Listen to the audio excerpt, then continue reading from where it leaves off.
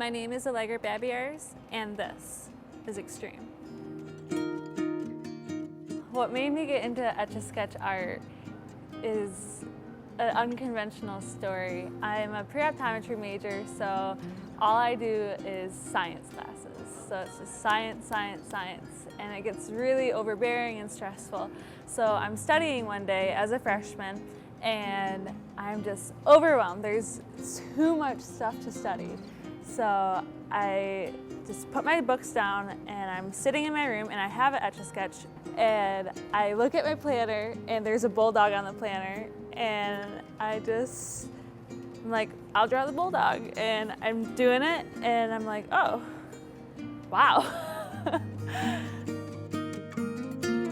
So doing art on an Etch-a-Sketch is incredible because when you do other types of art, and let's say we're working with a pencil, you have different widths of lines, you have different densities, you can do shading, you can do all of these cool little tricks. And with the Etch-a-Sketch, you have one line at one density, at one thickness, always. And there's nothing you can do to change it. So you have to be super creative with how am I going to make art if I only have one line to do it with.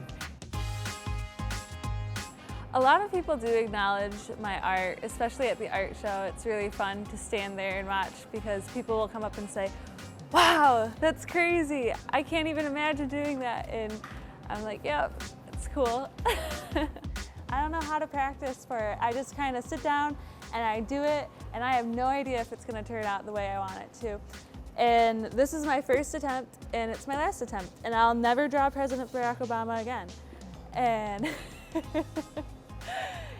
so that's just how it goes. And I did do one entry before. I had the first half done and it was looking good. And I outlined the next part of the piece too small, and I had to erase it.